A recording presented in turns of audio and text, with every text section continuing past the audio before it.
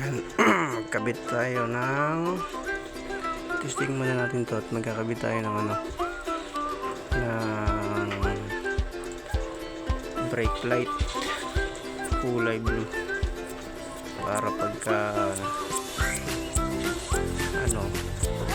brake natin may dagdag ilaw, pampaganda na rin tsaka maliwanag sa dilim.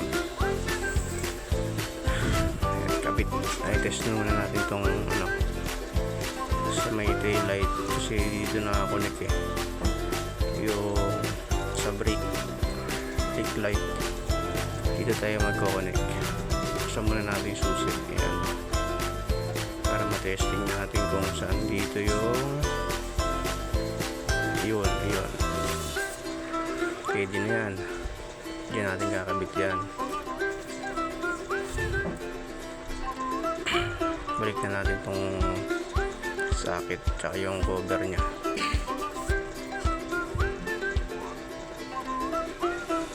Nagkabit rin pala tayo dyan ng hydraulic dun sa upuan. Mamaya papakita ko sa inyo yan.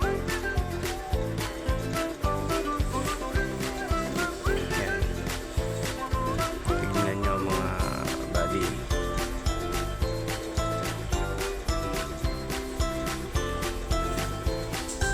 Para pagka nagpagas hindi ka na yung hawakan pa yan ng upuan.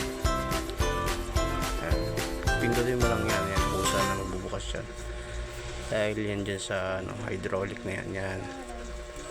Kinabit ko yan dalawa, automatic na yan, pindutin mo lang yan, diba?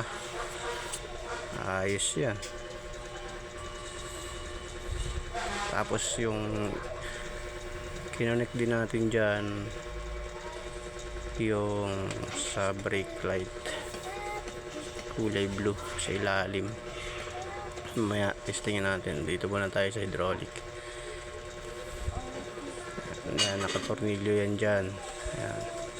Siguraduhin nyo lang na tugma yan tsaka yung saktong sakto yung tupi para hindi siya sakal o hindi siya sumobra, diba? Automatic, ayos, okay na yan. Dito naman tayo sa tail light,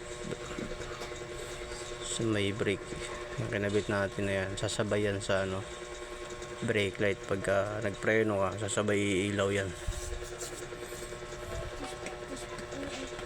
Testingan na natin yan mga buddy.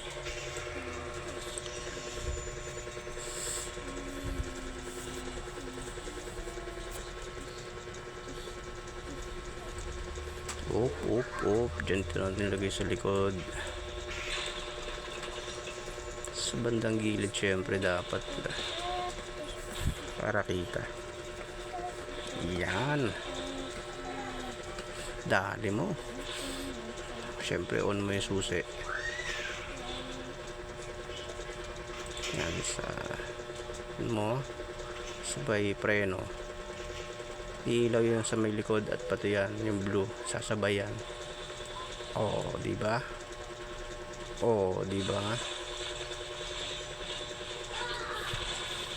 Bila maluwag.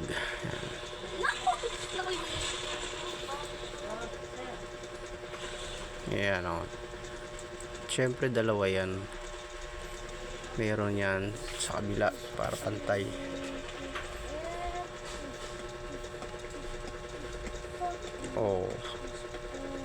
Diba? Ayos na, sabay open. Panis.